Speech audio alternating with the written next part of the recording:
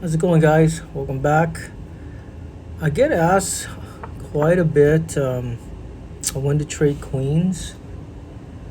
Basically, you trade queens when you have an advantage, obviously.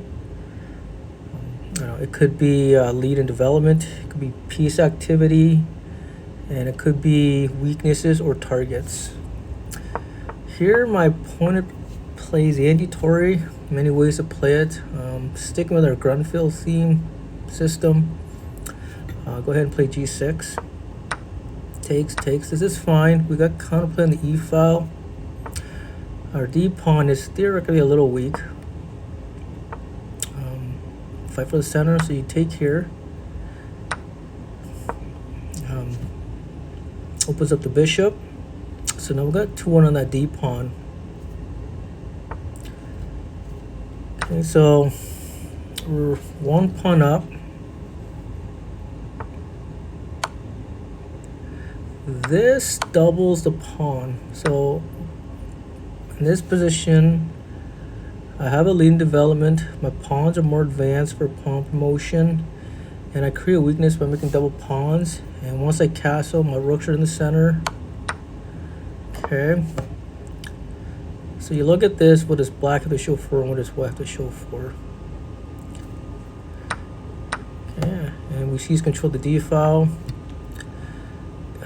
Don't play an autopilot. Our F pawn is still soft with the knight and bishop target in there. So develop your other knight. Okay, and then just trade it off. Even though we're only one pawn up, we have a winning position. Clearly white is the only one playing for a win here. Black theoretically draws at best. Okay, it's not a waste of a tempo because I want my rooks to be in the D and E file. Okay, this is obvious.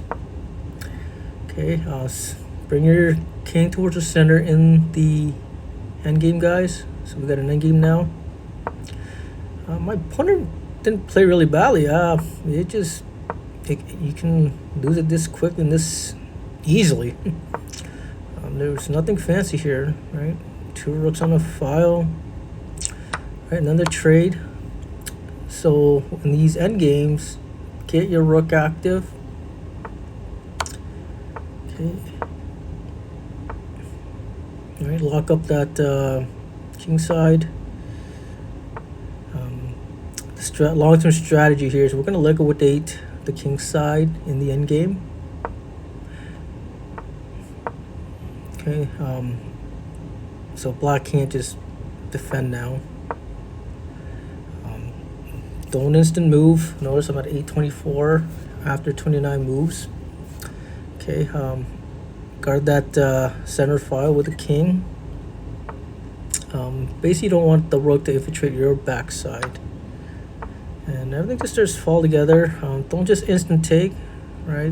Visualize. If you take, you got a double pawn and you got to race up the board. And then the C file becomes more of a threat.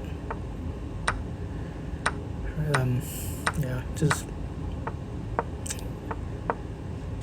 I mean, black should resign, but...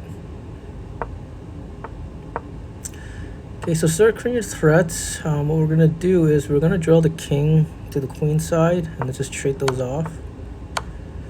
And another idea in these in-game scenarios is we'll get there. Okay, so that's our long-term strategy.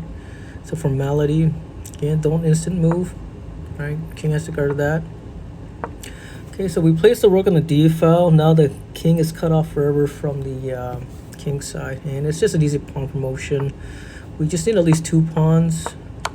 So I'll even sacrifice 1 or 2 pawns just for a tempo. Here is a blunder. So, but it's a waste of a tempo for him as well too. There's another waste of a tempo, and yeah, it's a formality. It's 2 pawns against a rook, basically. Okay, guys. So trade the queens off when you have a winning position, or if you got piece activity, or when you have targets, or you have a lead in development. Thanks, guys.